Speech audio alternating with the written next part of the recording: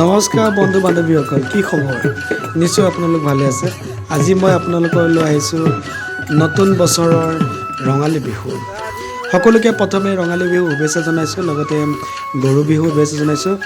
আজি মই গৰু বিহুৰ দিনাখন এনেধৰণৰ সাজু হৈ আমাৰ অতি মৰমীজনীক আমি এনেকৈ গা ধুবৰ বাবে লৈ গৈছোঁ।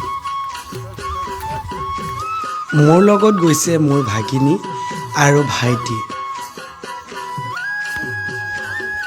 গৰু গা ধুৱাই শেষত ভাইটিহঁতৰ লগত এনেধৰণে বহুদিনৰ মূৰত আমাৰ কাষতে থকা গেলাবিল নদীৰ আমি সকলোৱে ধেমালি কৰোঁ।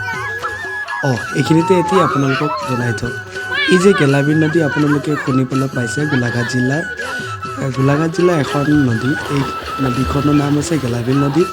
আৰু এই গেলাবিল নদীখনে আচলতে আমাক দুটা পাৰত ভাগ কৰিছে। এটা পাৰ আমি ধনশিৰি নিকুৰি বুলি ক'ব পাৰোঁ, আনটো পাৰ আমাৰ বৰাইখোৱা বুলি বা বৰপাক বৰাইখোৱা বুলি জনা যায়। আৰু এই গেলাবিল নদী আমাৰ গাঁৱতে শেষ হৈছে, মানে ধনশিৰি নদীৰ লগত মিলি গৈছে।